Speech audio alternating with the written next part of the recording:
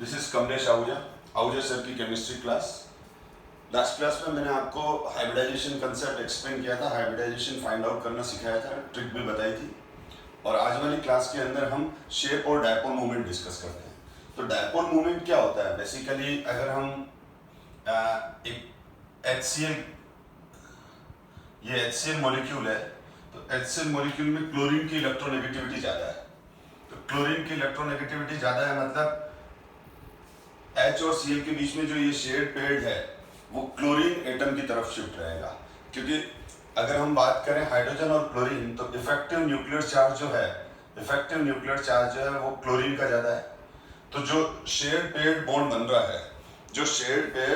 बन रहा है, उस शेयर्ड पेयर्ड पर ये जो शेयर पेयर है, ये तो हो गया हाइड्रोजन का एटम और ये हो गया क्लोरीन का एटम। अब दोनों जब ओवरलैप कर रहे हैं तो ये वाला शेयर पेयर हो गया। अब ये हाइड्रोजन न्यूक्लियस का इस बॉन्ड पर कंट्रोल है और इधर से क्लोरीन न्यूक्लियस का इसके बॉन्ड पेयर पे कंट्रोल है, शेयर पेयर पे कंट्रोल है। ठीक है, तो ये दोनों न्यूक्लियस इस शेयर पेयर बनने के बाद ये दोनों न्यूक्लियस, हाइड्रोजन का न्यूक्लियस और क्लोरीन का न्यूक्लियस, इस शेयर पेयर को अपनी तरफ खींचेंगे। लेकिन क्लोरीन का जो जेड इफेक्ट है, क्लोरीन का जो न्यूक्लियस है वो ज्यादा पावरफुल है क्लोरीन का, ये वाला। तो क्या हो जाएगा, ये बॉन्ड पेयर पार्शियली किधर शिफ्ट हो जाएगा, टू क्लोरीन। तो अब क्या हुआ यहां पर, क्या हुआ कि हाइड्रोजन पर तो पार्शियल पॉजिटिव चार्ज क्रिएट हो गया और क्लोरीन पर पार्शियल नेगेटिव चार्ज क्रिएट हो गया।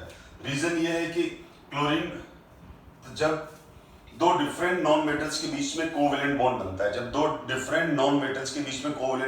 है, तो जिसका जेड इफेक्ट ज्यादा होता है, बॉन्ड पार्शियली उधर शिफ्ट हो जाता है।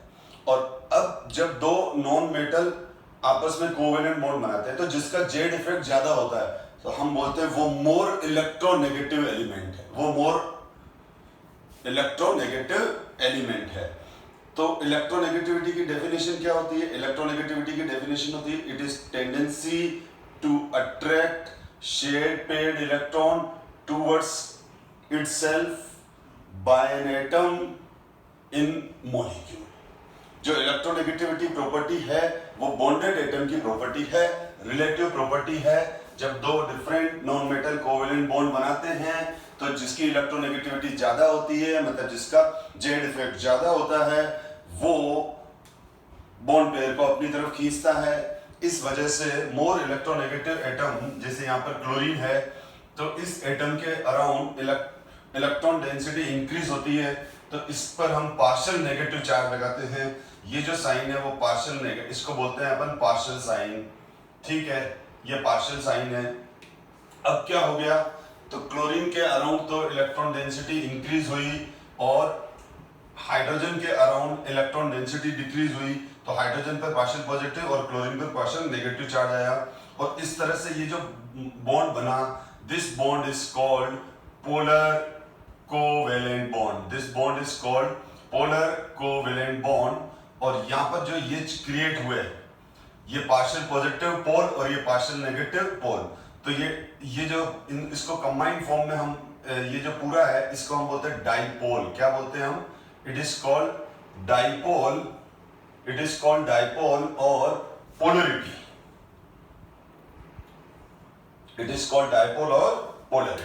तो यहाँ दो डिफरेंट पोल्स बन गए और इस यहाँ जो ये बॉन्ड बन गया, this bond is called polar covalent bond. ठीक है, अब यहाँ पर क्या होगा, ये हाइड्रोजन न्यूक्लियस और क्लोरीन न्यूक्लियस, इन दोनों के जो बीच की डिस्टेंस है वो हो जाएगी बॉन्ड लेंथ। तो बॉन्ड लेंथ तो क्या होती है, दो बॉन्डेड एटम के न्यूक्लियस के बीच की डिस्टेंस। तो L is the bond length. तो यहां पर L क्या हो गया, L हो गया बॉन्ड लेंथ। और दूसरा, और distance between two nucleus bonded atom. और यहां पर जो डायपोल मोमेंट का mu is the dipole moment. और म्यू का फॉर्मूला होता है Q इंटू L और ये वेक्टर क्वांटिटी है। तो Q is the charge due to polarity. जो चार्ज है पोलरिटी की वजह से चार्ज है। अब इसका जो ये डायपोल मोमेंट जो है म्यू क्या है, mu is the vector quantity, vector quantity, और इसका जो वेक्टर डायरेक्शन है, इसका जो वेक्टर डायरेक्शन है वो होता है positive pole to negative pole, positive pole to negative pole. जो वेक्टर डायरेक्शन है इसका वो कहां से कहां की तरफ है, पॉजिटिव पोल से नेगेटिव पोल की तरफ, यानी हमेशा पॉजिटिव पोल से नेगेटिव पोल की तरफ होता है। केमिस्ट्री की बात कर रहा हूँ, फिजिक्स में थोड़ा डिफरेंट रहता है, उसको कंफ्यूज मत करो, वो अलग कंसेप्ट पे बेस्ड है। या तो ये मॉलिक्यूल है, पोलर कोवेलेंट बॉन्ड है, ये पार्शियल पॉजिटिव है, पार्शियल नेगेटिव है, क्योंकि हाइड्रोजन और क्लोरीन के बीच का जो बॉन्ड है वो क्लोरीन की तरफ खिंच गया, क्लोरीन की तरफ पार्शियली शिफ्ट हो गया, तो ये वेक्टर क्वांटिटी है, ठीक है। लेकिन मैं ये सारा हम 11th क्लास में डिटेल में पढ़ चुके हैं। 11th में तो पूरा 1 आवर का डायपोल मूवमेंट मैंने डिस्कस कर रखा है, ठीक है। लेकिन यहाँ मैंने खाली आपको बेसिक चीज बताई कि डायपोल मूवमेंट क्या है। Dipole movement is the simply product of charge due to polarity and bond length. अब पोलरिटी चार्ज का मतलब समझना, जैसे एग्जांपल से क्लियर कर देता हूं। जैसे ये HCl है, तो HCl में यहाँ क्लोरीन पर तो पार्शियल नेगेटिव चार्ज है, तो सपोज करो पार्शियल की वैल्यू यहाँ x है और यहाँ +x आ जाएगा, ठीक है, क्योंकि यहाँ जितना नेगेटिव आएगा उतना ही पॉजिटिव आएगा, क्योंकि इलेक्ट्रॉन डेंसिटी क्लोरीन के अराउंड जितनी इंक्रीज होगी हाइड्रोजन के अराउंड उतनी डिक्रीज होगी। तो यहाँ Q की वैल्यू हम x लेंगे, x कूलम, ठीक है, और L की वैल्यू गिवन होगी। लेकिन हमारे को तो है ना, जो मेन कॉन्सेप्ट जो हमको अब 12th में काम आएगा, 12th के P ब्लॉक में, वो हमको ये ध्यान रखना है, जो म्यू होता है, mu directly proportional to, mu जो होता है वो डायरेक्टली प्रोपोर्शनल टू पोलरिटी होता है, और पोलरिटी ज्यादा आएगी तो इंटरमोलिकुलर फोर्सेस बढ़ेंगे। तो ये रिलेशन हमको काम आएगा, और तो mu directly proportional to polarity और polarity directly proportional to intermolecular forces. जिनमें डायपोल है, जिन मॉलिक्यूल्स में डायपोल है उनमें डायपोल डायपोल अट्रैक्शन मिलेगा, जिन मॉलिक्यूल में डायपोल है उनमें डायपोल डायपोल अट्रैक्शन मिलेगा, ठीक है। डायपोल डायपोल अट्रैक्शन का मतलब क्लियर कर दूं, दो डिफरेंट पोल्स के बीच में मॉलिक्यूल के अंदर फोर्स ऑफ अट्रैक्शन। जैसे HCl का मेरे पास सैंपल है, HCl है, कोई भी पोलर मॉलिक्यूल है, तो जैसे ये HCl है, तो HCl के सैंपल में क्या होंगे, HCl के सैंपल में बहुत सारे HCl के मॉलिक्यूल होंगे, तो वो इस तरह से अंदर सेट होंगे उस सैंपल में, वो इस तरह से अपने आप को ओरिएंटेट करेंगे, या यूं बोलो अरेंज होंगे कि एक HCl मॉलिक्यूल का पॉजिटिव पोल और दूसरे का नेगेटिव पोल, ये पॉजिटिव पोल, ये नेगेटिव पोल, ये नेगेटिव पोल और ये पॉजिटिव पोल, तो इनके बीच में ये जो फोर्स बनता है, ठीक है, this force is called dipole dipole attraction. This force is called dipole dipole attraction. और ये जो डायपोल डायपोल अट्रैक्शन है, इसकी जो वैल्यू होगी वो डायरेक्टली प्रोपोर्शनल टू म्यू होगी। जितना ज्यादा म्यू का वैल्यू होगा उतना ज्यादा डायपोल डायपोल अट्रैक्शन आएगा। यानी डायपोल डायपोल अट्रैक्शन क्या है, डायपोल डायपोल अट्रैक्शन है इंटरमोलिकुलर फोर्सेस, इंटरमोलिकुलर फोर्सेस, ठीक है, टाइप ऑफ इंटरमोलिकुलर फोर्सेस है, टाइप ऑफ इंटरमोलिकुलर फोर्सेस है। अब इस तरह से अगर हमारे पास दो तरह के मॉलिक्यूल है, एक मॉलिक्यूल जिनमें डायपोल मोमेंट की वैल्यू 0 से ज्यादा है, तो उन मॉलिक्यूल्स को हम पोलर बोलेंगे और उनमें डायपोल डायपोल अट्रैक्शन होगा। अब ये डायपोल डायपोल अट्रैक्शन कितना ज्यादा होगा, ठीक है, वो इसके म्यू पे डिपेंड करेगा, क्योंकि म्यू की वैल्यू जितनी ज्यादा है इंटरमोलिकुलर फोर्सेस उतने ज्यादा है, ठीक है, क्योंकि डायपोल उतने स्ट्रॉन्ग बनेंगे। म्यू की वैल्यू ग्रेटर देन 0 है तो पोलर है, और म्यू की वैल्यू 0 आ गई तो नॉन पोलर है, ठीक है, म्यू की वैल्यू 0 आ गई तो वो नॉन पोलर है। अब यहाँ पर नॉन पोलर मॉलिक्यूल्स में इंटरमोलिकुलर फोर्सेस बहुत कम होते हैं। अगर आपको पोलर और नॉन पोलर मॉलिक्यूल में आए तो जो पोलर मॉलिक्यूल है उनमें इंटरमोलिकुलर फोर्सेस ज्यादा है, तो उनके जो बॉइलिंग पॉइंट होते हैं स्पेशली, ठीक है, वो हाई हो जाते हैं, और जो नॉन पोलर मॉलिक्यूल्स होते हैं उनमें इंटरमोलिकुलर फोर्सेस कम होते हैं। अब नॉन पोलर मॉलिक्यूल में जब इंटरमोलिकुलर फोर्सेस कम होंगे, नॉन पोलर मॉलिक्यूल्स में जब इंटरमोलिकुलर फोर्सेस बेटा कम होंगे तो उनके बॉइलिंग पॉइंट कम होंगे। तो सबसे पहले तो आपको ये सिंपली अपने डायपोल मोमेंट को मैंने खाली बेसिक डिस्कस किया, इसकी यूनिट डिवाई होती है, ठीक है, ये डिफरेंट मॉलिक्यूल में कैसे वेरी करता है, ये हम आगे ड्यूरिंग द कोर्स पढ़ते रहेंगे। और अगर डिटेल पढ़ना ही है आपको तो 11 के केमिकल बॉन्डिंग में डायपोल मूवमेंट वाले टॉपिक को आप पढ़ो या मेरी क्लास देखो। एनीवे, अब देखो, अब डायपोल मूवमेंट वेक्टर क्वांटिटी है तो स्टूडेंट को ये कंफ्यूजन रहता है कि पोलर कोवेलेंट बॉन्ड है मतलब वो पोलर है। नहीं, ऐसा नहीं है। जैसे ये देखो, मैं कुछ एग्जांपल ले रहा हूं। जैसे BeCl2 मॉलिक्यूल है। अब BeCl2 मॉलिक्यूल में क्या है, BeCl2 मॉलिक्यूल में क्या है, दो BeCl2 मॉलिक्यूल लीनियर है क्योंकि sp हाइब्रिडाइजेशन है, 0 लॉन पेयर 2 सिग्मा है। 0 लॉन पेयर 2 सिग्मा आते ही क्या हो जाएगा, शेप लीनियर हो जाएगा। अब मैं शेप और डायपोल मूवमेंट दोनों ही पैरेलल डिस्कस कर रहा हूं। तो जैसे हम BeCl2 की बात करें, ठीक है, तो BeCl2 की बात करूं मैं, तो BeCl2 में क्या हो रहा है, सबसे पहले इस पे हाइब्रिडाइजेशन फाइंड आउट कर लेते हैं जो लास्ट क्लास में बताया था। बेरिलियम के वैलेंसी शेल में 2 electrons, total bond 2 divided by 2, 0 lone pair and 2 sigma. जब 0 लॉन पेयर 2 सिग्मा आ गई, हाइब्रिड स्टेट 2 आ गई, sp आ गया। अब जब 0 लॉन पेयर 2 सिग्मा है तो इसका मतलब ये जो दोनों जो सिग्मा बॉन्ड है, यानी ये जो दोनों हाइब्रिड ऑर्बिटल बनेंगे BeCl2 पे, ये दोनों जो सिग्मा बॉन्ड है तो बॉन्ड पेयर है, तो ये एक दूसरे को मैक्सिमम रिपेल करेंगे, और रिपेल करेंगे तो ये दोनों हाइब्रिड ऑर्बिटल, इसमें 2HS का मतलब 2sp हाइब्रिड ऑर्बिटल बने हैं 2। अब ये दोनों के दोनों हाइब्रिड ऑर्बिटल एक ही सेंटर से जुड़े हुए हैं, तो जब वो रिपेल करेंगे तो एक दूसरे से मैक्सिमम डिस्टेंस पे जाके और वो लीनियर मॉलिक्यूल बनाएंगे।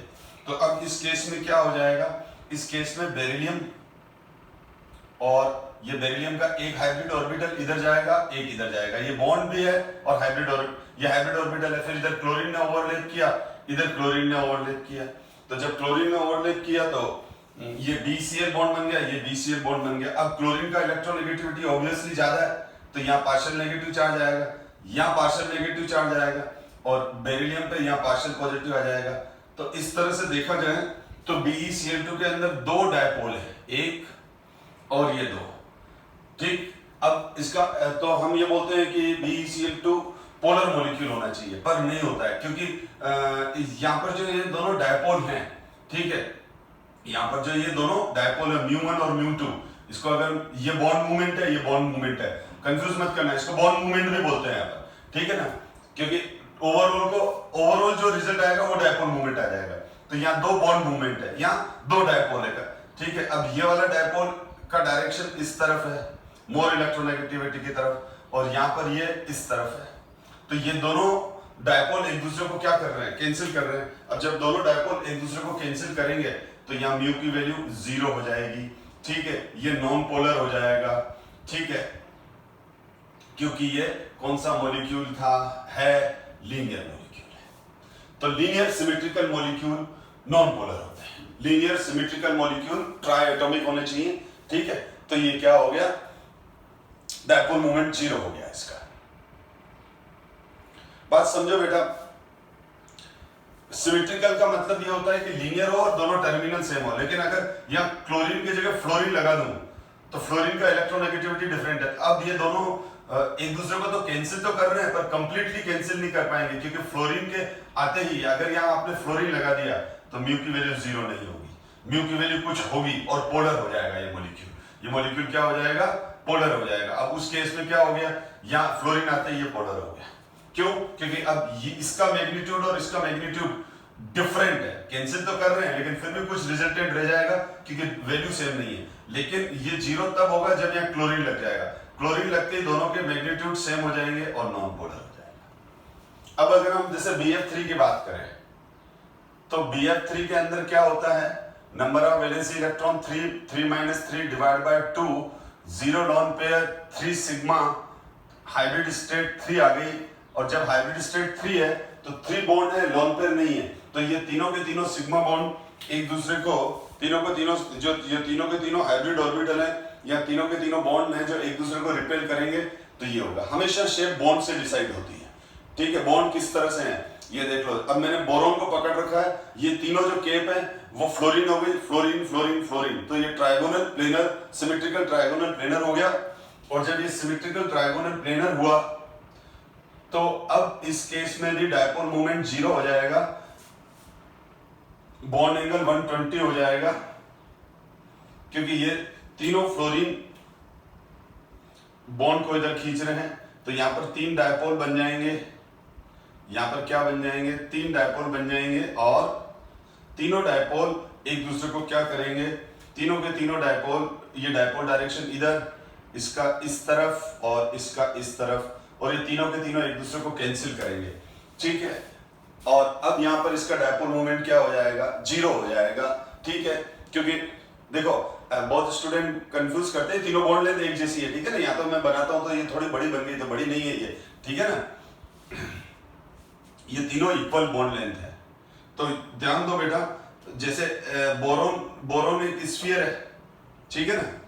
तो बोरोन स्फीयर है, अब इस बोरोन स्फीयर से 3 इलास्टिक रबड़ बांध दूं मैं, एक यहाँ पर, एक यहाँ पर, यहाँ पर। अब तीनों को इक्वल फोर्स से खींचूं तो ये स्फीयर कहाँ रहेगा, सेंटर पे ही रहेगा। क्यों, क्योंकि जब हम तीनों को इक्वल फोर्स से खींचते हैं, तीनों को जब इक्वल फोर्स, ये भी जितना फोर्स है इधर, जितना अट्रैक्शन फोर्स इधर है उतना ही अट्रैक्शन फोर्स इधर है, उतना ही अट्रैक्शन फोर्स इधर है।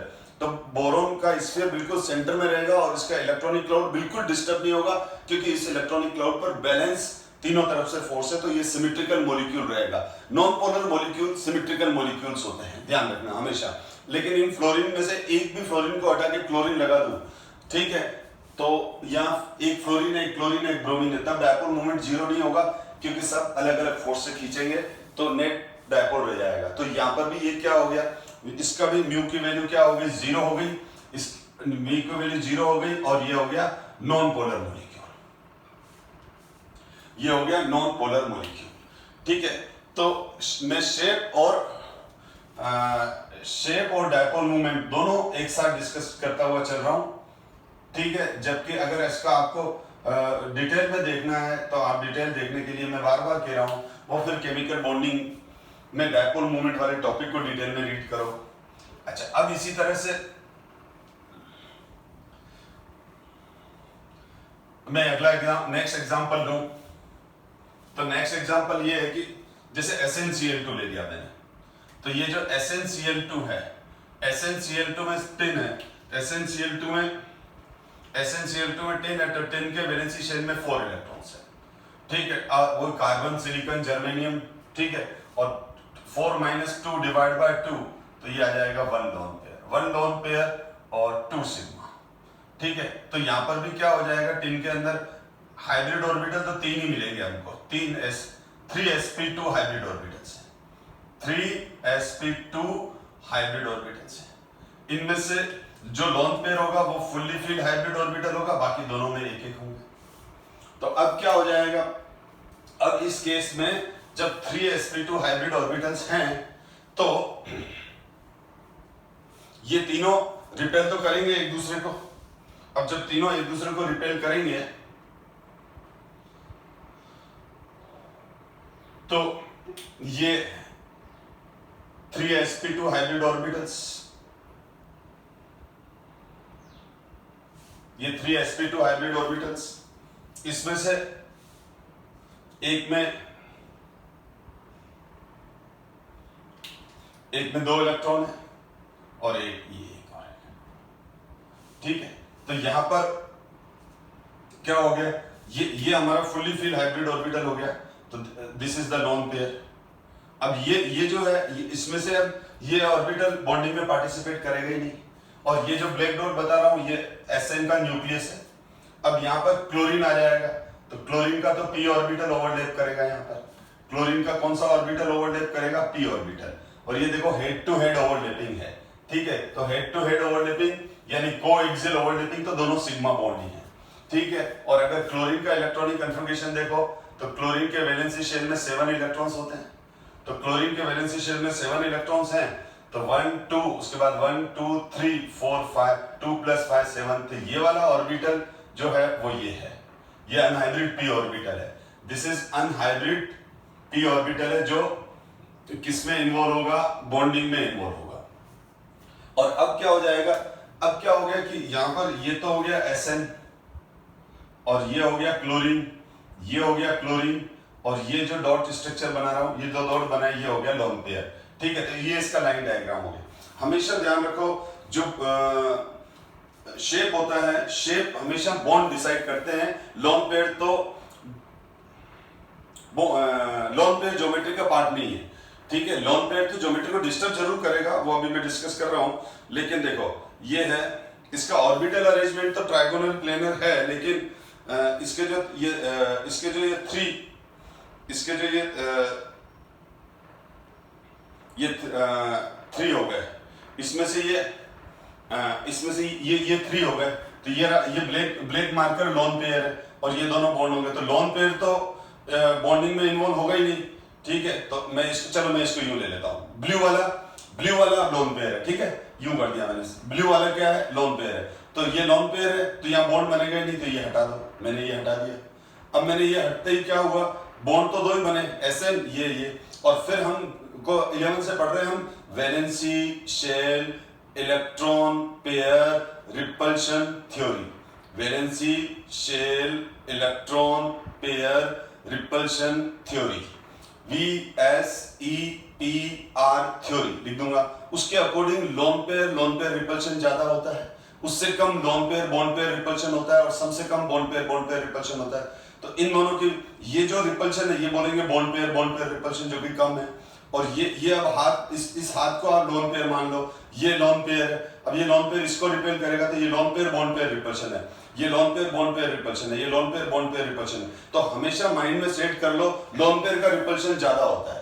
तो लोन पेयर का रिपल्शन ज्यादा होगा तो वो क्या करेगा, लोन पेयर का रिपल्शन ज्यादा है, ठीक है। तो ये एंगल 120 नहीं होगा, ठीक है। ये एंगल अब इस लोन पेयर रिपल्शन की वजह से, ये जो लोन पेयर रिपल्शन है, इस लोन पेयर रिपल्शन की वजह से क्या होगा, यहां पर ये लोन पेयर का रिपल्शन है। कौन सा रिपल्शन है, लोन पेयर रिपल्शन, या यूं बोलो loan pair bond pair repulsion है।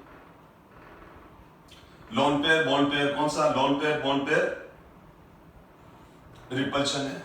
और जब ये loan pair bond pair repulsion है, तो ये वाला रिपल्शन ज्यादा है, और ये वाला रिपल्शन ज्यादा होने की वजह से क्या होगा, इसका रिपल्शन यहां है और ये है, तो ये इन दोनों क्लोरीन को दबाएगा। तो ये बॉन्ड एंगल 120 है, लेकिन इस लोन पेयर रिपल्शन से ये क्लोरीन, ये बॉन्ड थोड़ा अंदर दब के आएगा, ये बॉन्ड भी थोड़ा अंदर दब के आएगा, और यहाँ जो बॉन्ड एंगल बन जाएगा वो बन जाएगा लेस देन 120। कितना आ गया bond angle, less than 120 degree. और आप शेप देख लो क्या है, शेप ये SN है और ये क्लोरीन है, ये क्लोरीन लग रहे हैं, तो ये V शेप हो जाएगा। ये क्या हो जाएगा, V शेप हो जाएगा। तो ये मॉलिक्यूल V शेप हो गया बेटा। हमको लोन पेयर क्या करेगा, बॉन्ड एंगल को कम करेगा, कई शेप को डिस्टॉर्टेड करेगा, ठीक है। वो लोन पेयर की पोजीशन कहां है उसके हिसाब से डिपेंड करेगा, ठीक है। तो यहां पर ये V शेप हो गया। और अब इस केस में दोनों क्लोरीन के जो डायपोल मूवमेंट है वो नीचे की तरफ है, यानी ये इधर खींचेगा, ये इधर खींचेगा, यानी पूरा का पूरा नीचे खींचेगा, ऊपर से खींच नहीं रहा है। तो यहाँ पर बैलेंस फोर्स नहीं है, तो इस केस में क्या हो जाएगा, यहाँ पर पोलरिटी आएगी, ये पार्शियल पॉजिटिव, ये पार्शियल नेगेटिव, ये पार्शियल पॉजिटिव और पार्शियल नेगेटिव, ठीक है। तो यहाँ पर एक डायपोल वेक्टर इस तरफ चल रहा है, एक डायपोल वेक्टर इस तरफ चल रहा है, तो होगा क्या, यहाँ पर डायपोल मोमेंट 0 नहीं होगा, डायपोल मोमेंट की वैल्यू ग्रेटर देन 0 हो जाएगी, और ये पोलर मॉलिक्यूल हो जाएगा। तो आप हमेशा ध्यान रखो, ऐसे सारे मॉलिक्यूल्स जिसमें 1 लोन पेयर 2 सिग्मा है, ऐसे सारे मॉलिक्यूल्स जिनमें 1 लोन पेयर और 2 सिग्मा है, वो सारे के सारे क्या होंगे, वो सारे के सारे पोलर होंगे। अब इसके तो 1 लोन पेयर 2 सिग्मा के सारे मॉलिक्यूल पोलर होंगे।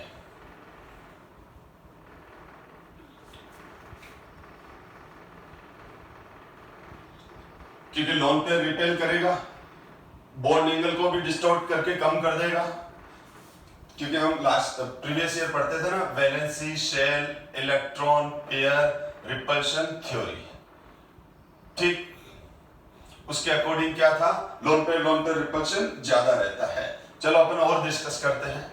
तो देखो कुछ और मॉलिक्यूल्स पे डिस्कस करो, जैसे ये देखो, अगर हमारे पास SO2 है, SO2 में देखो सल्फर पर number of valency electron 6 minus कितना हो जाएगा 4, ठीक, डिवाइड बाय 2 कितना आ जाएगा 1 लोन पेयर। क्यों कंफ्यूजन हो रहा है, लास्ट क्लास में तो बताया सर, ऑक्सीजन डबल बॉन्ड बनाता है, ठीक है, और डबल बॉन्ड में एक पाई बॉन्ड होता है, एक सिग्मा बॉन्ड होता है, ठीक है, तो 6 - 4 हो जाएगा क्योंकि ऑक्सीजन है, ठीक है। अब 1 लोन पेयर आ गया, और फिर क्या है, हाइब्रिड स्टेट क्या होता है, number of lone pair plus number of sigma bond, तो सिग्मा बॉन्ड तो 2 ही है, एक सिग्मा दूसरा सिग्मा, ये पाई, ठीक है, तो 1 लोन पेयर 2 सिग्मा, तो ये वापस वी शेप हो जाएगा, SO2 मॉलिक्यूल क्या हो जाएगा, म्यू की वैल्यू ग्रेटर देन 0 हो जाएगा, यानी SO2 गैस पोलर मॉलिक्यूल है, पोलर गैस है, ठीक है। इसी तरह से अगर मैं CO2 ले लूं, तो CO2 को जब मैं डिस्कस करूंगा तो CO2 में क्या हो जाएगा, कार्बन पे नंबर ऑफ वैलेंसी इलेक्ट्रॉन्स 4, अब कितना आ जाएगा, 4 - 4 डिवाइड बाय 2, 0 लोन पेयर, एक एलिमेंट एक ही सिग्मा बॉन्ड बनाएगा, 2HS, 0 lone pair 2 sigma, 0 lone pair 2 sigma, ये 0 लोन पेयर 2 सिग्मा, ठीक है, तो 0 लोन पेयर 2 सिग्मा हो गए, ठीक है, क्योंकि डबल बॉन्ड है तो एक पाई है, एक सिग्मा, एक पाई है, इसमें 2 पाई 2 सिग्मा है, तो सिग्मा से ही मतलब है हमको। अब देखो बेटा, इस केस में CO2 हो गया तो लीनियर मॉलिक्यूल हो गया, SO2 वी शेप हो गया, क्योंकि SO2 तो क्या हो गया, SO2 तो वी शेप हो गया, तो ये कौन सा मॉलिक्यूल हो जाएगा, लीनियर मॉलिक्यूल हो जाएगा, और ये लीनियर हो जाएगा तो ये इधर खींचेगा और ये एक डायपोल आ जाएगा, इसी तरह से ये दोनों बॉन्ड इधर खींचेंगे तो ये, यानी एक डायपोल, अगर एक डायपोल इस तरफ है और जितना डायपोल इसका इस तरफ है उतना ही डायपोल की वैल्यू इधर है, तो दोनों एक दूसरे को कैंसिल कर देंगे, म्यू की वैल्यू 0 आ जाएगी और ये नॉन पोलर हो जाएगा, क्या हो जाएगा, ये नॉन पोलर मॉलिक्यूल हो जाएगा। तो CO2 और SO2 फॉर्मूला वाइज तो दोनों एक जैसे दिख रहे हैं, लेकिन फिर भी SO2 is polar while CO2 is non polar gas, SO2 में इंटरमोलिकुलर फोर्सेस ज्यादा होंगे, CO2 में इंटरमोलिकुलर फोर्सेस कम होंगे। अब उसी तरह से अगर हम SO3 गैस देखें तो SO3 में क्या आ जाएगा, सल्फर में क्या है, नंबर ऑफ वैलेंसी इलेक्ट्रॉन 6, ये कितना आ जाएगा, 6 डिवाइड बाय 2, 0 लोन पेयर, और वापस बॉन्ड कितने, 3 सिग्मा, क्योंकि 3 ऑक्सीजन के 6 बॉन्ड हो जाएंगे, 0 lone pair, sp2 hybridisation.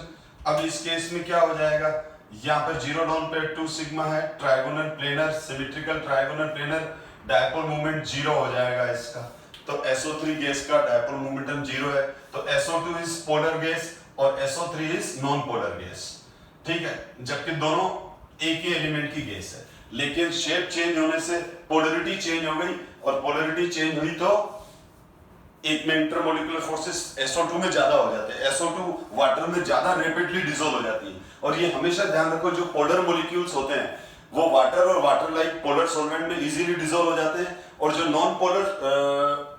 Non polar molecules होते हैं वो वाटर और वाटर जैसे पोलर सॉल्वेंट में डिसॉल्व नहीं होते हैं।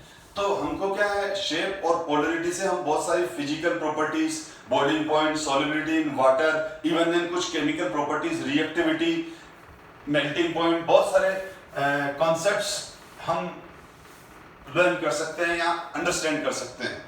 अब हम बात कर रहे हैं sp3 गैस का, तो sp3 में जैसे मैंने CH4 लिया, ठीक है, अब CH4 में क्या हो जाएगा, कार्बन में number of valency electrons 4, 4 - 4, 0 lone pair, 4 sigma, 4HS मतलब 4 हाइब्रिड स्टेट sp3, 4HS का मतलब कितने हो गए, 4 हाइब्रिड ऑर्बिटल, कितने हाइब्रिड ऑर्बिटल, 4 हाइब्रिड ऑर्बिटल। अब ये 4 हाइब्रिड ऑर्बिटल है हमारे पास,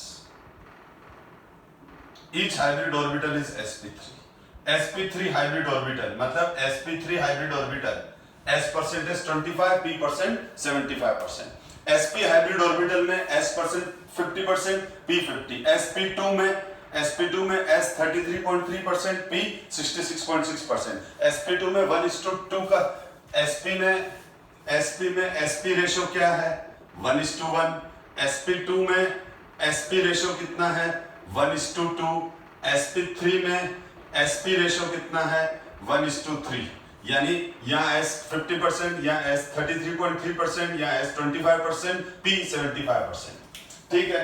तो हम और अब यहाँ पर देखो, ये जो 4 sp3 हाइब्रिड ऑर्बिटल्स हैं, अब कितने, 0 लॉन पेयर 4 सिग्मा, मतलब ये चारों के चारों हाफ फील्ड हाइब्रिड ऑर्बिटल होंगे, चारों के चारों ओवरलैप करके और क्या बनाएंगे, बॉन्ड बनाएंगे और 4 सिग्मा बॉन्ड बनाएंगे। और ये क्या करेंगे बेटा, 4 सिग्मा बॉन्ड बनाएंगे, ठीक है। तो ये 4 सिग्मा बॉन्ड बनाएंगे। अब देखो sp3 का जो शेप होता है वो टेट्राहेड्रल होता है। तो sp3 का शेप बना रहा हूं मैं, यहां पर sp3 का शेप बना रहा हूं बेटा, ध्यान देना।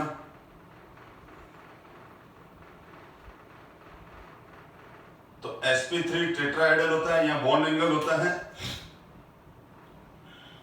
यहां बॉन्ड एंगल जो होता है वो होता है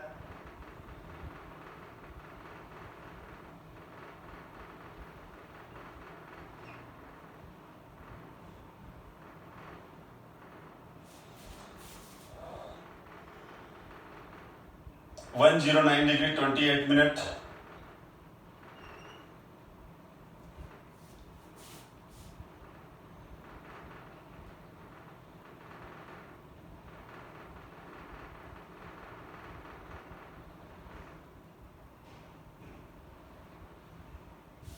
और ये 4 sp3 हाइब्रिड ऑर्बिटल है, और ये सेंटर है CH4 है, तो ये कार्बन का न्यूक्लियस है।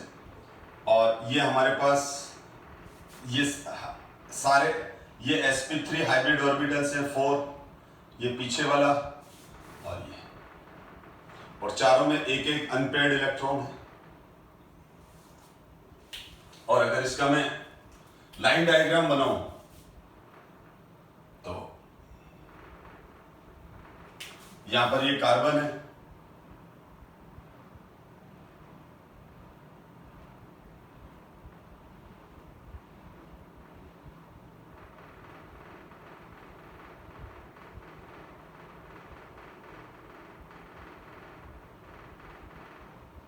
हाइड्रोजन हाइड्रोजन,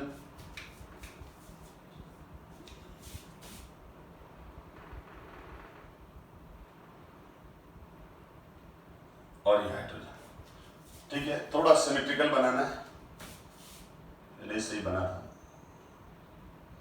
ठीक, 3D में बता रहा हूं। तो ये टेट्राहेड्रल स्ट्रक्चर होता है, क्या होता है, ये टेट्राहेड्रल, ठीक है। अब ये टेट्राहेड्रल स्ट्रक्चर है, अब ये sp3 है, तो जो यहाँ जो 4 sp3 हैं वो इस तरह से एक दूसरे को, तो यहां पर देखो ये sp3 ये होता है एग्जैक्टली,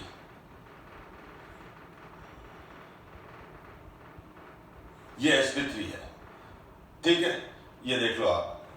तो ये जो ब्लू और रेड मार्कर है, ये ब्लू और रेड मार्कर टुवर्ड्स ऑब्जर्वर है, तो ये दोनों टुवर्ड्स ऑब्जर्वर है ये वाले, और ये अवे फ्रॉम ऑब्जर्वर है जो ये ब्लैक वाला है। वो तो आप यूं करोगे तो बी आ जाएगा। कुल मिला के देखो वेल क्लियर है, ठीक है।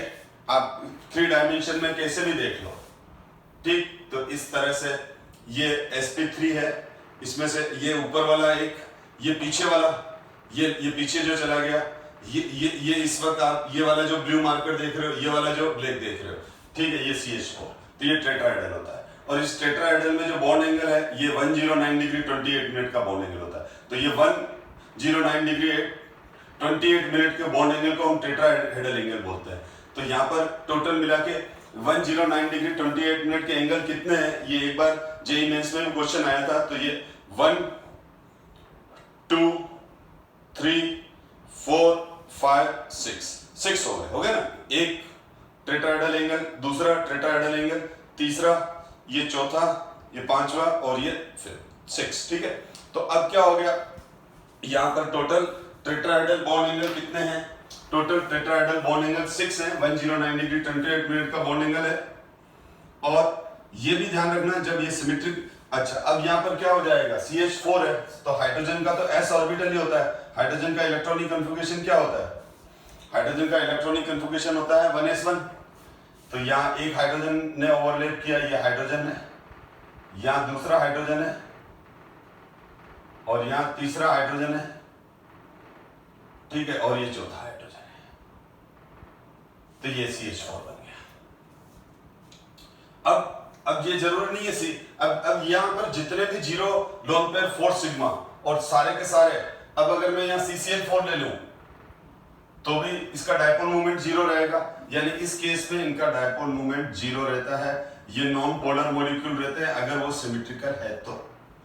लेकिन अगर मैंने CHCl3 ले लिया, क्लोरोफॉर्म ले लिया, तो यहाँ पर भी sp3 हाइब्रिडाइजेशन ही आ रहा है। लेकिन इस केस में क्या हो जाएगा, यहाँ तो 3 क्लोरीन लग गए, ये 3 क्लोरीन लग गए और 1 हाइड्रोजन है, तो अब इस केस में इन सबके डायपोल मोमेंट सेम नहीं होंगे।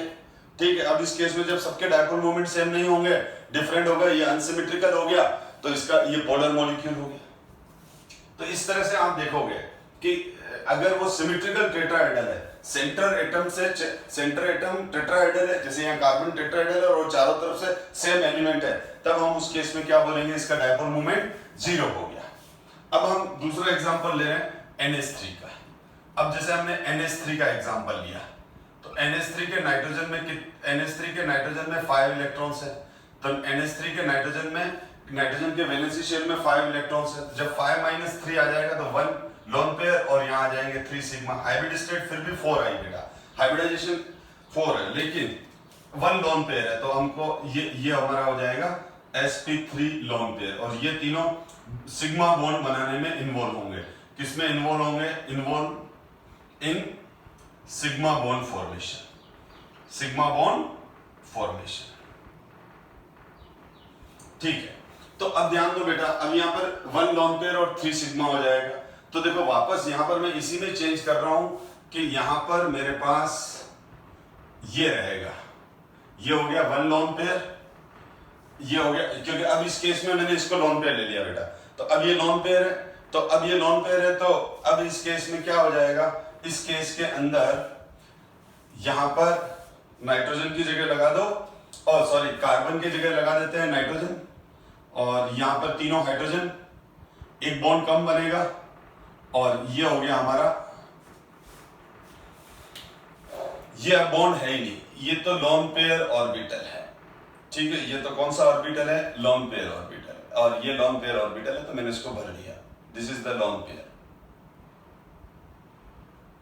ये लोन पेयर हो गया, और ये हो गया हमारा लोन पेयर।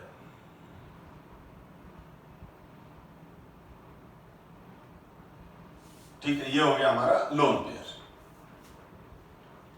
अब ये लोन पेयर क्या करेगा, ये लोन पेयर इन तीनों बॉन्ड को रिपेल करेगा, क्योंकि लोन पेयर का रिपल्शन ज्यादा है, तो बॉन्ड एंगल 1 0, बॉन्ड एंगल जो हो जाएगा, अब ये हो गया देखो 1 लोन पेयर और 3 सिग्मा।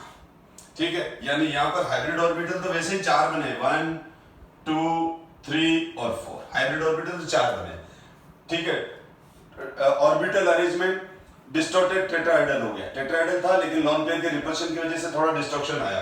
ठीक है, ऑर्बिटल है, अब इसमें से एक में 2 इलेक्ट्रॉन है, एक, तो अब इस केस में क्या हो जाएगा, इस केस में खाली यही ओवरलैपिंग होगी 3 जगह, और ये NH3 बन जाएगा। ठीक है, तो इस तरह से ये NH3 बना बेटा। अब जब ये NH3 बन गया तो ओके, अब ध्यान देना, अब यहां पर जो बॉन्ड एंगल है वो लेस देन 109 डिग्री 28 मिनट रहता है, एग्जैक्ट बता रहा हूं 107 डिग्री हो जाता है। तो बॉन्ड एंगल क्यों डिक्रीज हो गया, बॉन्ड एंगल लोन पेयर की वजह से डिक्रीज हो गया। ठीक है, बॉन्ड एंगल किसकी वजह से डिक्रीज हुआ, बॉन्ड एंगल डिक्रीज हुआ लोन पेयर की वजह से। अब यहां पर ये देख लो बेटा, यहां पर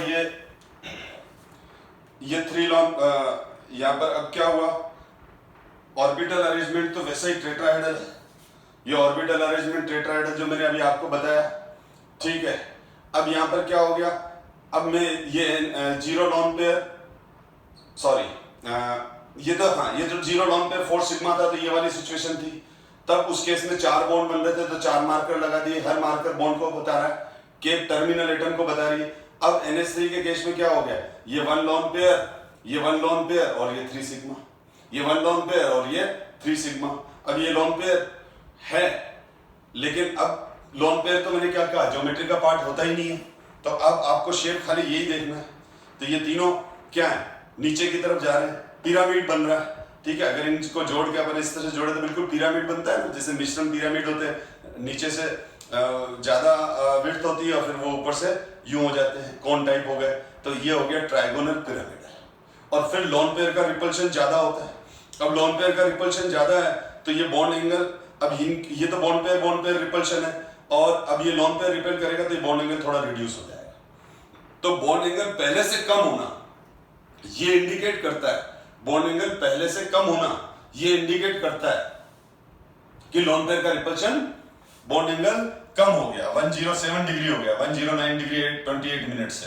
तो बॉन्ड एंगल लोन पेयर के आने से बॉन्ड एंगल कम होना ये प्रूव करता है, ये सजेस्ट करता है कि लोन पेयर का रिपल्शन ज्यादा है। इसीलिए इन तीनों बॉन्ड्स को पास में आना पड़ा, क्योंकि ऊपर से लगने वाला रिपल्शन ज्यादा है। और अगर सपोज करो हम NH3 में बॉन्ड एंगल 109 डिग्री 28 मिनट ही ऑब्जर्व करते हैं, 109 डिग्री 28 मिनट ही ऑब्जर्व करते हैं, तो इस केस के अंदर हम ये बोलते हैं कि लोन पेयर का भी रिपल्शन उतना ही है जितना कि बॉन्ड पेयर का रिपल्शन है। पर ऐसा नहीं है, हमको कम मिला। कम मिलना मतलब लोन पेयर का रिपल्शन ज्यादा है। लोन पेयर ज्यादा रिपेल करके बॉन्ड को ज्यादा दबा देता है और उसको वो ये बॉन्ड है जो पास में आ जाते हैं। लेकिन अगर आपसे कोई पूछे कि हम नहीं मानते हैं कि लोन पेयर रिपेल करता है, समझना बहुत इंपॉर्टेंट क्वेश्चन है, ठीक है। आप कैसे प्रूव करोगे? आप किसी टीचर को या मैं आपसे क्वेश्चन पूछता हूं कि साहब मैं तो है ना आपकी इस बात से डिसएग्री कर रहा हूं, मुझे कुछ ऐसा एविडेंस दो या आप कुछ ऐसा मेरे को आंसर दो जिससे मैं सेटिस्फाई हो जाऊं और ये मैं खुद मानने लग जाऊं कि लोन पेयर रिपेल करता है। तो मैं बोलूंगा कि अगर लोन पेयर रिपेल नहीं करता, अगर लोन पेयर रिपेल नहीं करता यानी ये वाला लोन पेयर जो है इसका रिपल्शन नहीं होता, तो ये तीनों तो आपस में रिपेल कर ही रहे हैं, ये तीनों तो आपस में रिपेल कर ही रहे हैं। तो ये जब तीनों एक दूसरे में रिपेल करेंगे तो मैक्सिमम डिस्टेंस पे चले जाएंगे, तो ये हो जाएगा। तो NH3 का जो शेप हो जाएगा वो हो जाएगा ट्राइगोनल प्लेनर। ये तो हो गया नाइट्रोजन और ये तीनों हो गए हाइड्रोजन। क्यों? क्योंकि ये लोन पेयर का रिपल्शन है ही नहीं। अब तो NH3 का शेप ट्राइगोनल पिरामिडल ऑब्जर्व नहीं होता, NH3 का शेप ट्राइगोनल प्लेनर ऑब्जर्व होता अगर ये लोन पेयर रिपेल नहीं करता, नंबर 1। दूसरा, अब जैसे वो लोन पेयर रिपेल नहीं करता तो ये सिमेट्रिकल ट्राइगोनल प्लेनर हो जाता, और ये सिमेट्रिकल ट्राइगोनल प्लेनर हो जाता तो ये नॉन पोलर मॉलिक्यूल हो जाता, इसका डायपोल मोमेंट 0 हो जाएगा। लेकिन हमने ऑब्जर्व क्या किया कि NH3 का अच्छा खासा डायपोल मोमेंट है, NH3 एक पोलर मॉलिक्यूल है, NH3 एक ट्राइगोनल पिरामिडल मॉलिक्यूल है, जो ये प्रूव करता है कि लोन पेयर रिपेल करता है। और फिर बॉन्ड एंगल CH4 से कम मिला, 109 डिग्री 28 मिनट से कम हो गया, जो ये प्रूव करता है कि लोन पेयर का रिपल्शन उल्टा ज्यादा है बॉन्ड पेयर से। तो इस तरह से हम आंसर देते हैं। चलो अब क्या हुआ, ये इसीलिए ये हमारा शेप हो गया ट्राइगोनल पिरामिडल। इस शेप को हम बोलते हैं ट्राइगोनल पिरामिडल शेप। और म्यू की value greater than 0 good polar molecule है, ये पोलर मॉलिक्यूल है। पोलर मॉलिक्यूल है तो इंटरमॉलिक्यूलर फोर्सेस ज्यादा है, NH3 इजीली लिक्विडिफाई हो जाएगी, जिसका डायपोल मोमेंट ज्यादा है वो गैसेस इजीली लिक्विडिफाई हो जाती है क्योंकि इंटरमॉलिक्यूलर फोर्सेस ज्यादा ऑपरेट हो जाते हैं उनमें, ठीक है। अब इसी तरह से हम वाटर का एग्जांपल ले लें, H2O के ऑक्सीजन पर, अब H2O में ऑक्सीजन है सेंटर एटम बेटा, है ना ये, तो क्या हो जाएगा 6 number of valency electrons divide by 2, तो ये आ जाएगा 2 लोन पेयर 2 सिग्मा। फिर हाइब्रिड स्टेट तो 4 ही है, लेकिन अब लोन पेयर बढ़कर कितने हो गए, लोन पेयर बढ़कर कितने हो गए, ये हो गए, ठीक है। अब ये 2 सिग्मा, तो अब मेरे को क्या करना पड़ेगा, दोनों लोन पेयर है तो ये 2 लोन पेयर बना दूंगा। अब मैं इसको हटा रहा हूं बेटा, क्योंकि अब मेरे पास ये हो गए 2 लोन पेयर, ये 2 लोन पेयर और ये 2 सिग्मा। अब इस केस में क्या हो जाएगा, इस केस में 2 लोन पेयर 2 सिग्मा, तो देखो शेप क्या बनेगा। अब इस केस में ये दोनों लोन पेयर हैं, तो इस केस में जब ये दोनों लोन पेयर हैं, ठीक है, तो ये देखो बेटा, ये तो हो गया 0 लोन पेयर। अब ध्यान दो, ये हो गया 0 lone pair 4 sigma tetrahedral, 1 lone pair 3 sigma NH3 trigonal pyramidal, क्योंकि लोन पेयर शेप में पार्टिसिपेट नहीं करता, शेप को चेंज जरूर कर देता है। जैसे ट्राइगोनल पिरामिडल में शेप चेंज ही तो हुआ, डिस्टॉर्टेड टेट्राहेड्रल ऑर्बिटल अरेंजमेंट हो गया और शेप हो गया trigonal pyramidal, bond angle reduce हो गया, तो ये चेंज हुए। एक बात क्लियर कर दूं, ऑर्बिटल अरेंजमेंट और शेप दो अलग अलग कंसेप्ट है। ऑर्बिटल अरेंजमेंट का मतलब तो ऑर्बिटल किस तरह से अरेंज है, शेप का मतलब बॉन्डिंग किस तरह से है। अब जैसे ये ट्राइगोनल, जैसे इसका CH4 का ऑर्बिटल अरेंजमेंट टेट्राहेड्रल और शेप भी टेट्राहेड्रल, लेकिन NH3 का ऑर्बिटल अरेंजमेंट डिस्टॉर्टेड टेट्राहेड्रल, क्योंकि लोन पेयर रिपल्शन की वजह से ऑर्बिटल के बीच में बॉन्ड एंगल चेंज हुए, और शेप ट्राइगोनल पिरामिड। अब वाटर के अंदर क्या हुआ, 2 लोन पेयर 2 सिग्मा, तो एक और मार्कर हटा दिया, एक और बॉन्ड हटा दिया, तो ये वी शेप बन गया आपके सामने, ठीक है। तो अब ये वी शेप बन गया, तो वाटर क्या हो गया, वाटर मॉलिक्यूल क्या हो गया, वी शेप हो गया। और वी शेप मॉलिक्यूल मतलब ये पोलर हो गया, और इस ये वी शेप एंगुलर शेप भी बोलते हैं, बेंड शेप भी बोलते हैं, एंगुलर बोलो बेंड बोलो, ठीक है। और अब इसका डायपोल मोमेंट ग्रेटर देन 0 होगा, ये नॉन पोलर मॉलिक्यूल है, ठीक। और अगर इसमें ये लोन पेयर रिपेल नहीं करते तो ये दोनों हाइड्रोजन सीधे आ जाते और लीनियर मॉलिक्यूल हो जाता, वाटर नॉन पोलर हो जाता। लेकिन वाटर वी शेप है, अच्छी खासी पोलरिटी है, ठीक है। और फिर बॉन्ड एंगल 104 डिग्री 45 मिनट, यानी बॉन्ड एंगल भी और ज्यादा कम हो गया। ये बता रहा है कि लोन पेयर बढ़ गया तो बॉन्ड एंगल कम हो रहा है, इसका मतलब लोन पेयर का रिपल्शन ज्यादा है। तो ये था valency shell electron repulsion pair theory, जो क्या बोलती है, जो ये कहती है कि जो लोन पेयर रिपल्शन है वो ज्यादा है, और loan pair bond pair repulsion उससे कम है, और बॉन्ड पेयर रिपल्शन और कम है, ठीक है। जैसे यहाँ पर ये अगर यहाँ बना हुआ ये तो बता रहा हूं, this repulsion is called loan pair repulsion. ये रिपल्शन है लोन पेयर रिपल्शन, जो कि मैक्सिमम आता है, ठीक है। और ये वाला जो रिपल्शन है, ये वाला जो रिपल्शन है, ये है loan pair bond pair repulsion, जो इंटरमीडिएट रिपल्शन है। और ये वाला जो रिपल्शन है, ये वाला जो रिपल्शन है दो, ये है बॉन्ड पेयर रिपल्शन, जो कि इन सब में से मिनिमम वाला रिपल्शन है, सबसे कम रिपल्शन इनके बीच में होता है। तो ठीक है, तो ये बॉन्ड पेयर रिपल्शन, ठीक है। तो दो लोन पेयर्स के बीच में हमेशा बॉन्ड एंगल ज्यादा होगा, और दो बॉन्ड्स पेयर के बीच में बॉन्ड एंगल सबसे कम होगा। तो बॉन्ड एंगल इन दोनों ऑर्बिटल्स के बीच में, सॉरी बॉन्ड एंगल नहीं बनूंगा, बॉन्ड एंगल बोलना गलत है। एक्चुअली में इन ऑर्बिटल्स के बीच में एंगल, इन दोनों ऑर्बिटल्स के बीच में, बॉन्ड तो बने नहीं है, इन दोनों ऑर्बिटल्स के बीच में एंगल ज्यादा होगा, क्योंकि रिपल्शन सबसे ज्यादा है। और इन दोनों के बीच में बॉन्ड एंगल सबसे कम होगा, जो अभी मैंने बताया 104 डिग्री 45 मिनट, और यहां बॉन्ड एंगल 109 डिग्री से भी ज्यादा होगा, ठीक है, क्योंकि रिपल्शन ज्यादा है। तो ये मैंने आपको valency shell electron repulsion pair theory भी एक्सप्लेन कर दी। अब इसमें देखो, अब बस अब अपन यह ध्यान दो, sp3d यानी हाइब्रिड स्टेट 5। जब मैं हाइब्रिड स्टेट 5 की बात करूंगा तो sp3d हाइब्रिडाइजेशन है, sp3d यानी 1s स्फीयर 3 डंबल p और 1 double dumbbell d orbital involve होके 5 sp3d हाइब्रिड ऑर्बिटल बनाते हैं, ठीक है।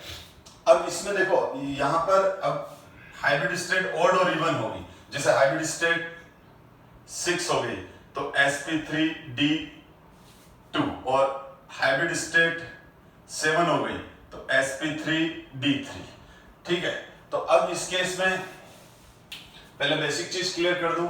जैसे इसका एक सबसे कॉमन एग्जांपल है PCl5, इसका जब सबसे कॉमन एग्जांपल है SF6, इसका जो सबसे कॉमन एग्जांपल है IF6, ठीक है। आप निकालोगे तो आराम से निकलेगा, क्योंकि ये देखो फास्फोरस में number of valency electron 5 - 2 divide by 0 2 lone pair, और ये 5 सिग्मा आ गया 5 हाइब्रिड स्टेट यानी sp3। इसके अंदर अगर मैं लूं सल्फर में वैलेंसी शेल में electron 6 - 6 divide by 2 0 lone pair 6 sigma sp3d, और ये हो गया 7 - 7 आयोडीन में number of valency electron 7 2 0 lone pair 7 sigma, ठीक है। तो ये इनके एग्जांपल हो गए। अब इनका जो पहले बेसिक शेप है हम वो लर्न कर लेते हैं। इन तीनों का जो बेसिक शेप है, तो इन तीनों का जो बेसिक शेप होता है वो पहले आप याद कर लो, ठीक है। इसका होता है ट्रायगोनल बायपिरामिडल। इसका होता है बेटा, क्या होता है? ट्रायगोनल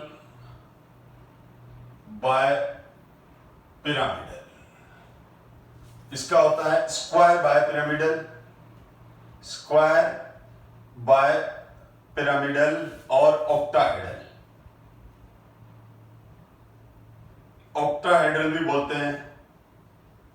और इसका होता है पेंटागोनल बायपिरामिडल।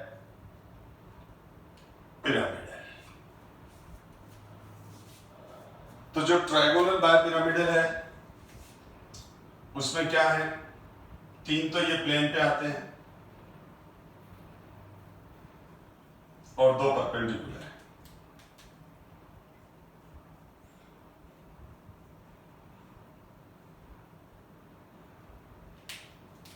ठीक है, ये फास्फोरस, ये क्लोरीन, ये क्लोरीन, ये क्लोरीन और ये क्लोरीन और ये क्लोरीन। ठीक है, तो ये ट्रायगोनल बायपिरामिडल हो गया।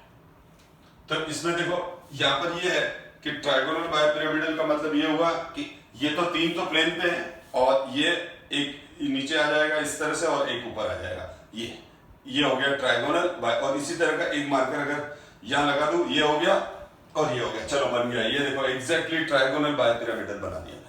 ये PCl5 का स्ट्रक्चर है, आपको कैसे जैसे अच्छा लग रहा है देखो, ठीक है, ये वाला। तो यहां पर ये जो तीनों प्लेनर हैं इनको प्लेनर हाइब्रिड्स बोलते हैं। इनको क्या बोलते हैं? इनको प्लेनर। और ये जो ऊपर जा रहे हैं इनको एक्सियल हाइब्रिड्स बोलते हैं। इसको और इसको एक्सियल हाइब्रिड बोलते हैं अपन।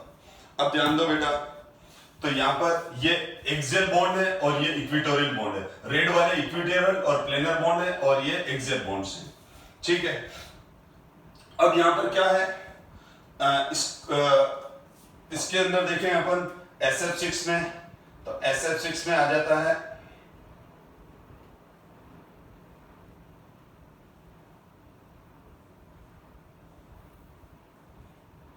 ये सल्फर, ये फ्लोरीन, फ्लोरीन, फ्लोरीन, फ्लोरीन और ये फ्लोरीन। तो ये स्क्वायर बायपिरामिडल है, ऑक्टाहेड्रल है, 90 डिग्री का एंगल है, ठीक है। और यहां पर ये देखो रेड के बीच में तो 120 का एंगल है और ये 90 का। ब्लू वर्सेस रेड के बीच में 90 और रेड वर्सेस रेड के बीच में 120 और ये सारे 90 के। ये स्क्वायर बायपिरामिडल भी बोलते हैं, ऑक्टाहेड्रल बोलते हैं। और यहां पर ये पेंटागोनल है। तो पेंटागोनल में आप देख रहे हो, पेंटागोनल में 5 तो प्लेन पर और 2 परपेंडिकुलर। 2 क्या हो जाएंगे? परपेंडिकुलर, एक ऊपर एक नीचे। तो आपने क्या देखा कि जैसे डी हाइब्रिडाइजेशन आ गया, sp3d, sp3d2, sp3d3, तो इस केस में क्या हुआ, इसमें से 5 में से 3 प्लेन पर 2 परपेंडिकुलर, 6 में से 4 प्लेन पर 2 परपेंडिकुलर, यानी 2 परपेंडिकुलर तो जाएंगे। 5 में से 2 परपेंडिकुलर तो 3 प्लेन पे, तो 3 का प्लेन मतलब ट्रायगोनल बायपिरामिडल। 6 में से 2 परपेंडिकुलर तो 4 प्लेन पे, तो स्क्वायर बायपिरामिडल। 7 में से 2 परपेंडिकुलर तो 5 प्लेन पे, तो पेंटागोनल बायपिरामिडल। यहां पर ब्लैक और इसके बीच में एंगल 90 का और ये 72 के। रेड वाले बॉन्ड जो है, रेड बॉन्ड के बीच में यानी प्लेनर बॉन्ड्स के बीच में 72 का बॉन्ड एंगल है। तो ये इनके शेप्स हो गए बेटा। अब ध्यान देना, ये हो गया 0 लॉन पेयर 5 सिग्मा, ठीक है। ये कौन सा केस हो गया? ये हो गया 0 लॉन पेयर 5 सिग्मा। ये हो गया 0 लॉन पेयर 6 सिग्मा। ये हो गया 0 लॉन पेयर 7 सिग्मा, ठीक है। तो ये सिचुएशन रही। अब हम यहां पर इस बॉन्ड को एक्सियल बॉन्ड बोलते हैं और इनको इक्वेटोरियल बॉन्ड बोलते हैं। तो अब पहले हम sp3d के कुछ कॉम्बिनेशन डिस्कस कर लेते हैं। sp3d के कुछ कॉम्बिनेशन डिस्कस कर लेते हैं। तो sp3d के कॉम्बिनेशन डिस्कस कर रहा हूं मैं। तो सबसे पहले तो PCl5 जो 11 का भी क्वेश्चन है और 12 का भी है। तो PCl5 के अंदर क्या होता है कि ये जो चारों बॉन्ड लेंथ है वो इक्वल नहीं होती है। चलो ये बात तो चलो मैं जब नाइट्रोजन फैमिली पढ़ाऊंगा तब डिस्कस कर लूंगा, नहीं तो क्लास बहुत लंबी हो जाएगी, ठीक है ना।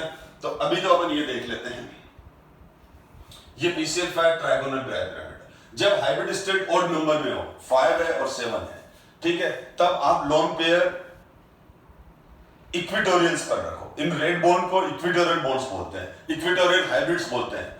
जब है तो ये हाइब्रिड ऑर्बिटल, ये बॉन्डिंग में पार्टिसिपेट हो गए तो बॉन्ड बन गए। तो है ना, इसमें 3 रेड वाले बॉन्ड को इक्विटोरियल हाइब्रिड्स और इक्विटोरियल बॉन्ड बोलेंगे। जब हाइब्रिड ऑर्बिटल है तो हाइब्रिड बोलेंगे, और ओवरलैपिंग के बाद बॉन्डिंग हो गई, और ब्लू वाले जो हैं वो एक्सियल हैं। तो आप ये ध्यान रखना, जब ओड नंबर में हाइब्रिड स्टेट हो, ओड नंबर, तो हाइब्रिड स्टेट ओड नंबर है, जैसे हाइब्रिड स्टेट 5 है, तो लोन पेयर आप कहां रखोगे?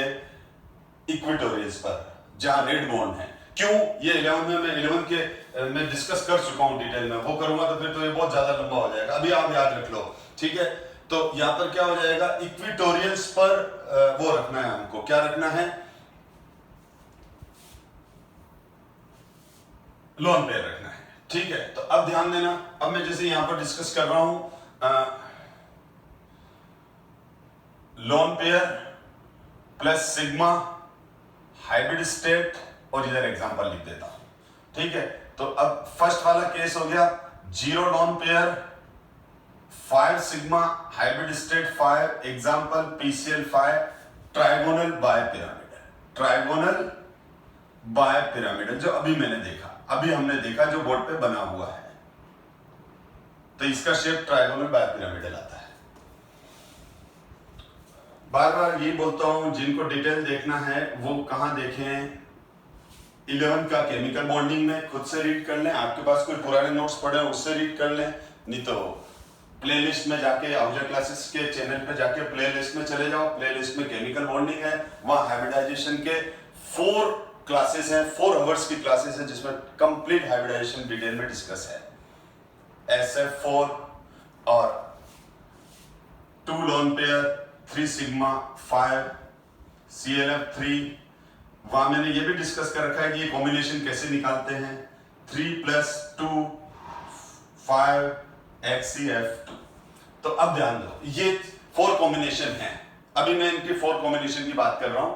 0 लोन पेयर 5 सिग्मा आपके सामने बना हुआ है, ठीक। अब मैं नेक्स्ट एग्जांपल ले रहा हूं जो कि XCF2 का ले रहा हूं, अब मैं यूं चलूंगा 4 3 2, तो ही समझ में आएगा, ठीक है। तो अब मैंने XCF2 का कॉम्बिनेशन लिया, XEF2 का एग्जांपल लिया, तो मैं जब XCF2 पर हाइब्रिडाइजेशन फाइंड आउट करूंगा, XEF2 पर, तो XEF2 में क्या आ जाएगा? जिनोन। जिनोन में नंबर ऑफ वैलेंसी इलेक्ट्रॉन्स कितने? 8, ये कितने? 2, 8 - 2 divide by 2, 3 lone pair plus 2 sigma. Best trick है जिसमें कोई लिमिटेशन नहीं है, sp3d आ गया। जिनोन के वैलेंसी शेल में 8 इलेक्ट्रॉन्स, तो ये आ गया, क्योंकि आपको मॉलिक्यूल गिवन होगा तो आप हाइब्रिडाइजेशन निकाल लेंगे, हाइब्रिडाइजेशन निकाल लिया और इस ट्रिक से लोन पेयर और सिग्मा आ गए तो आप शेप भी निकाल लोगे। अब ये XCF2 का तो PCL5, ये सारे मॉलिक्यूल तो 12th के सिलेबस में है और बार बार इन पे क्वेश्चन आए हैं फ्रीक्वेंटली। तो अब मैं क्या करूंगा, अब मैं यहाँ पर ये हटा दो, अब हमारे पास है 3 लोन पेयर, तो यहाँ बोर्ड पे ध्यान दो बहुत अच्छे से, फास्फोरस की जगह क्या रखूंगा? जिनोन। ये सारे क्लोरीन हटा दो, ठीक, सारे क्लोरीन हटा दो। अब 3 लोन पेयर हैं, 2, तो मैंने क्या कहा? हाइब्रिड स्टेट 5 है, तो ये लोन पेयर हो गए, ये लोन पेयर हो गए बेटा, ध्यान से देखो, ये लोन पेयर हो गए, ठीक है।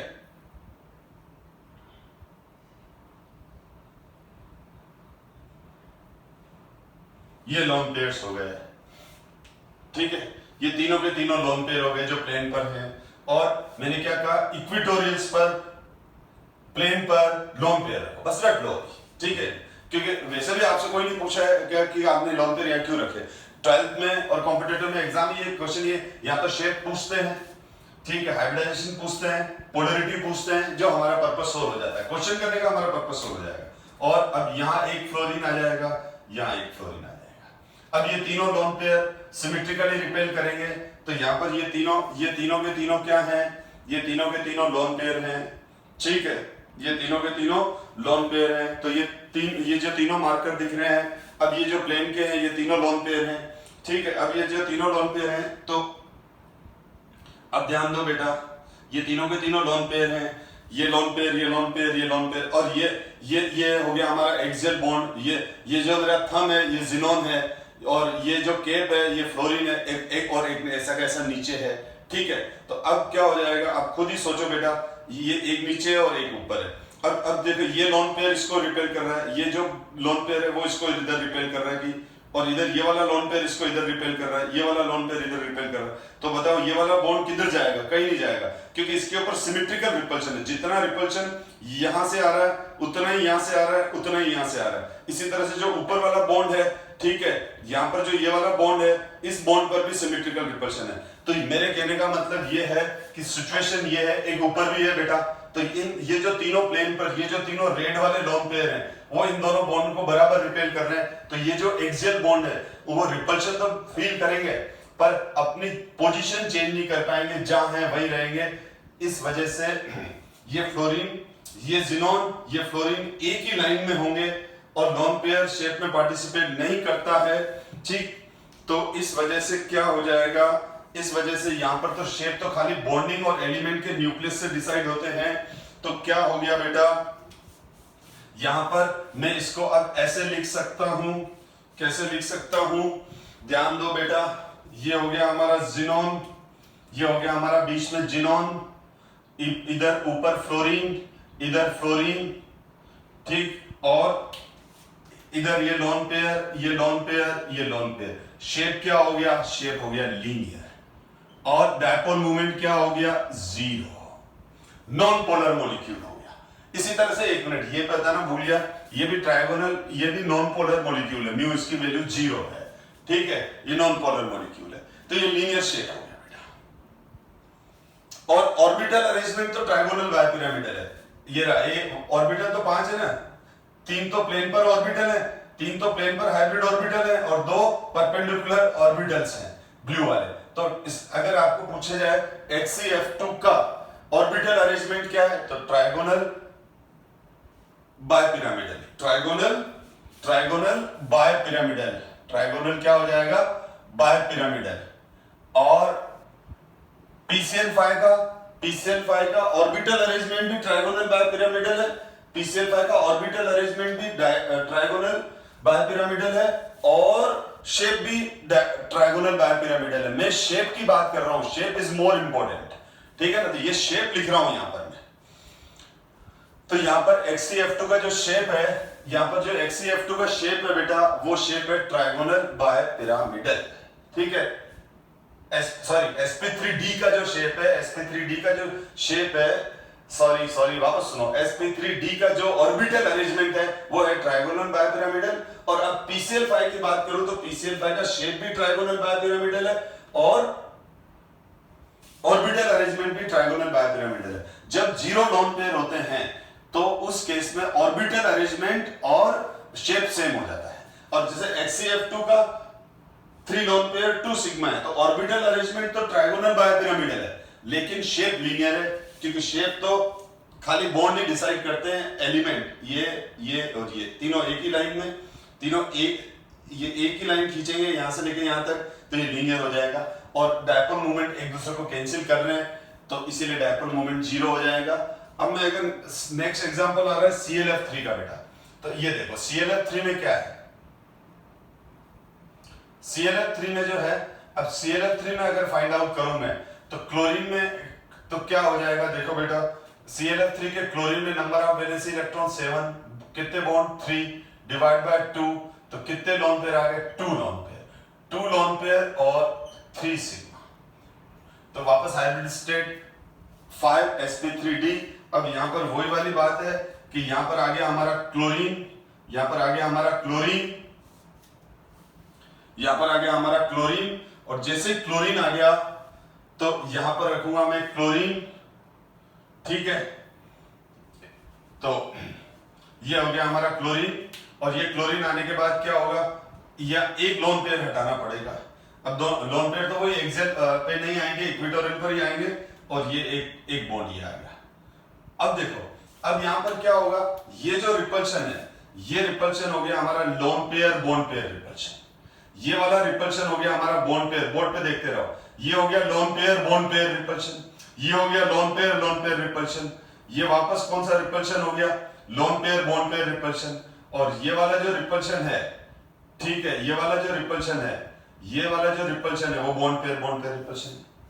तो कुल मिला के यहाँ पर अगर मैं इसको भी हटा दूं एक बार, ठीक है, तो प्रॉब्लम क्या है, प्रॉब्लम यहाँ पर ये आ गई कि अब यहाँ अनसिमेट्रिकल रिपल्शन हो गया।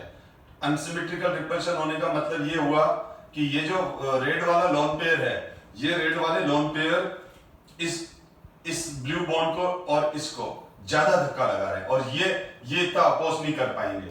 तो अब ये जो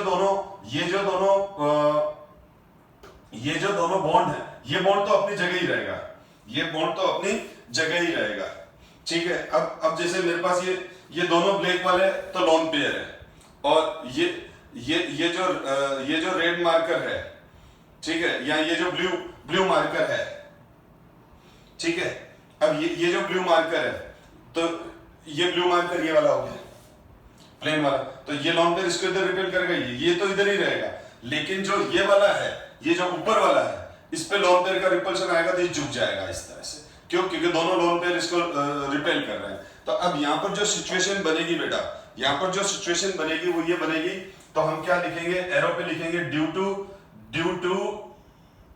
to lone pair repulsion, due to equatorial lone pair repulsion, पूरा नहीं लिख रहा हूं, due to lone pair repulsion, space कम है इसीलिए, due to lone pair repulsion, और VSE valency shell electron pair repulsion theory, यहां आप एरो पे लिख दो by valency shell electron repulsion pair theory.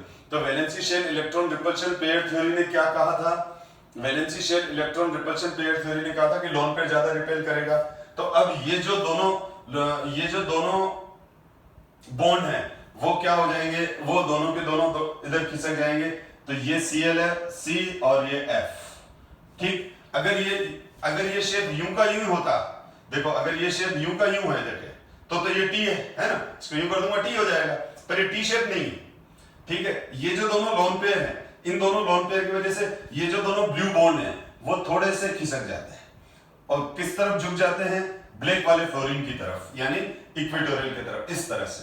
और ये दो लोन पेयर है, या लोन पेयर को मैं इस तरह से डॉट से बना देता हूं, ठीक है। तो अब ये हो गया डिस्टॉर्टेड टी, अब इस शेप का नाम क्या हो जाता है, ये आ गया डिस्ट्रॉक्शन, तो ये हो गया distorted T shape, distorted T shape बन गया। ये क्या बन गया, ये डिस्टॉर्टेड टी शेप बन गया बेटा।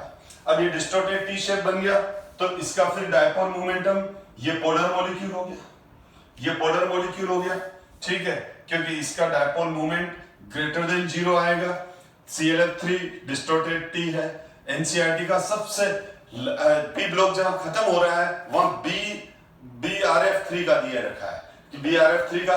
तो अगर मैं यहाँ ब्रोमीन ले लूं बेटा, देखो ब्रोमीन ले लिया तो भी बात यही है, ब्रोमीन पे नंबर ऑफ वैलेंस इलेक्ट्रॉन 7, तो यहाँ क्लोरीन की जगह क्या रख देंगे अपन, क्लोरीन की जगह ब्रोमीन रख देंगे, ब्रोमीन रख देंगे तो यहाँ ब्रोमीन आ जाएगा। बात तो वही है, एग्जाम्पल तो वही है, एग्जाम्पल तो हजारों बन सकते हैं बेटा, आपको कंसेप्ट क्लियर होना चाहिए। तो ये डिस्टॉर्टेड टी शेप हो गया, और ये जो बॉन्ड एंगल था वो अब 90 डिग्री नहीं रखे, ये बॉन्ड एंगल अब लेस देन 90 डिग्री रह जाएगा, this bond angle is less than 90 degree, ठीक है। अब ये हो गया डिस्टॉर्टेड टी, ठीक है।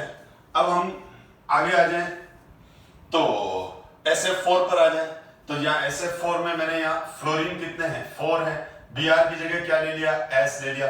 सल्फर में नंबर ऑफ वैलेंसी इलेक्ट्रॉन्स कितने हैं, सल्फर में नंबर ऑफ वैलेंसी इलेक्ट्रॉन 6 - 4, तो ये आ जाएगा 1 लोन पेयर 4 सिग्मा, फिर वो का वही आ गया, यानी अब हमारे को ब्रोमीन की जगह तो रखना है, ब्रोमीन की जगह तो क्या रखना है, सल्फर, और यहाँ पर बॉन्ड आ जाएगा। चलो ये बॉन्ड ले लिया, तो इधर लोन पेयर ले लेते हैं, ठीक है, ये लोन पेयर ले लिया, ये लोन पेयर ले लिया बेटा। अब ये लोन पेयर लेते ही क्या हो जाएगा, अब ये लोन पेयर सबको परेशान करेगा, इसको भी दूर करेगा, दोनों इसको भी दूर करेगा, यानी कहने का मतलब ये हुआ कि अब ये जो दोनों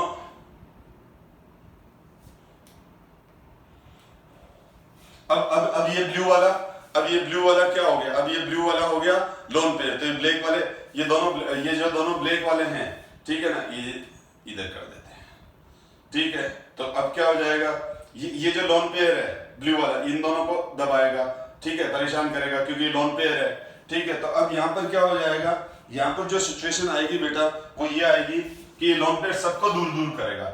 जब ये लोन पेयर सबको दूर दूर करेगा तो हम पहले तो ऐसा बना लेंगे और फिर लिखेंगे due to lone pair repulsion using valency share electron repulsion pair theory.